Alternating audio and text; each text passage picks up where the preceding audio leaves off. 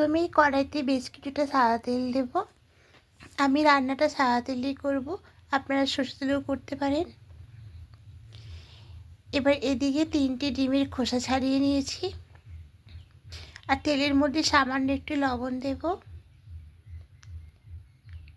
দিয়ে এবার ডিমগুলোকে একে একে ছেড়ে দেব।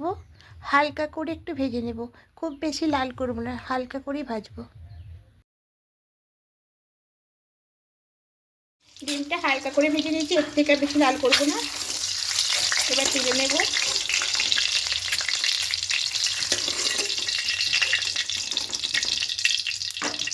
এবার এই কড়াইয়ের মধ্যে গোটা গরম মশলা করে দেবো, দারুচিনি, এলাচ, লবঙ্গ, আর দেবো এখানে পেঁয়াজ পেস্ট।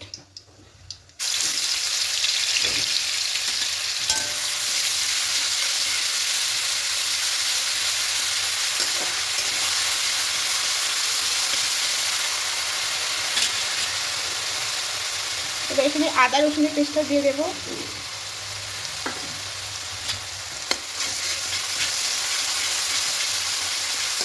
দিয়ে একটু কষিয়ে নেব আদা রসুন আর পেঁয়াজের কাঁচা গন্ধটা চলে যাওয়া পর্যন্ত। কষিয়ে নিয়েছি, আদা রসুনের কাঁচা গন্ধটা চলে গেছে। এবার এখানে গুঁড়ো মশলা অ্যাড করবো, লঙ্কা গুঁড়ো, হলুদ গুঁড়ো, জিরে গুঁড়ো আর ধনিয়া গুঁড়ো। হলুদ গুঁড়োটা একদম অল্প দেবো। এবার মিক্সিতে জল দিয়ে এই জলটা একটু দিয়ে দেবো।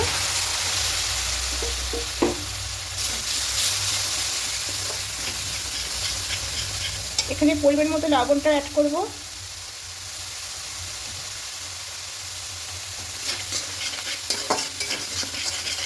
খুব ভালো করে একটু কষিয়ে নেব।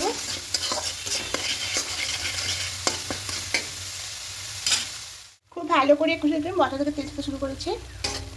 তাই এখানে টক দই দিয়েছিলাম 2 চামচ ফেটিয়ে, আর সামান্য একটু মিষ্টি দিয়েছিলাম। ওই ভিডিওটা স্কিপ হয়ে গেছে বন্ধুরা, দেখাতে পারিনি। তো দিয়ে খুব ভালো করে কষিয়ে নিয়েছি।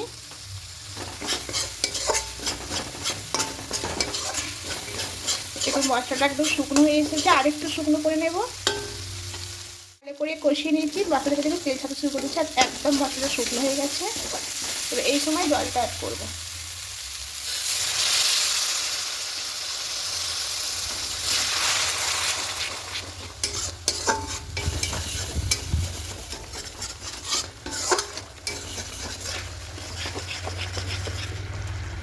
আর সামান্য একটুখানি দেবো।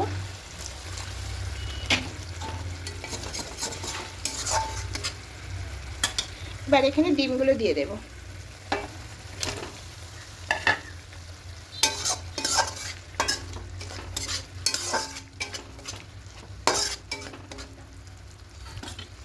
এবার ঢাকা দিয়ে কিছুক্ষণ ভেজে দেবো।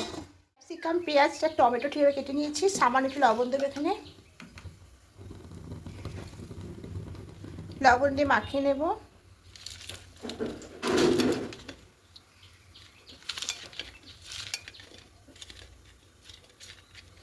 এবার কড়াইতে একটু ঘি দিয়েছিলাম, এই কড়াইটা খুবই কালো হয়ে গেছে, এটা তেল কড়াই করা হয় তার জন্য কালো।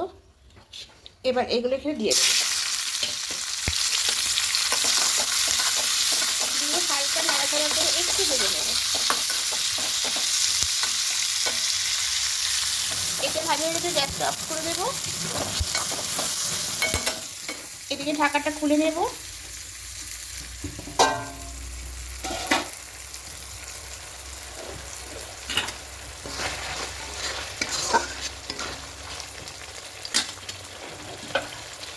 এবার এটা এর মধ্যে দিয়ে দেব।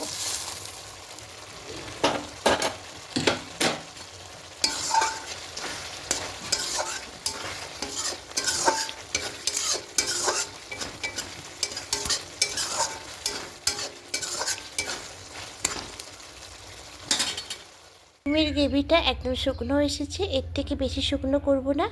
এবার গ্যাসটা অফ করে এটা নামিয়ে নেব। তা বন্ধুরা, কী যে সুন্দর খেতে হয়েছে, না রান্না করে খেলে বিশ্বাসই করবেন না যে এতটা সুন্দর হয়। এবার ডিমের উপরে শেষে একটু ধনিয়া পাতা কুচি সরিয়ে দেব। তো বন্ধুরা, অবশ্যই একবার বানিয়ে দেখবেন, আশা করি আপনাদেরও ভালো লাগবে। আর যদি ভালো লেগে থাকে অবশ্যই কমেন্টে জানাবেন, একটা লাইক করে দেবেন। আর যারা নতুন বন্ধুরা দেখছেন এখনও পর্যন্ত সাবস্ক্রাইব করেননি, তাদের কাছে অনুরোধ রইল সাবস্ক্রাইব করার পাশে থাকার জন্য। আমিও আপনাদের পাশে থাকবো। আবার কোনো রেসিপি নিয়ে চলে আসবো। আজকের মতো টাটা।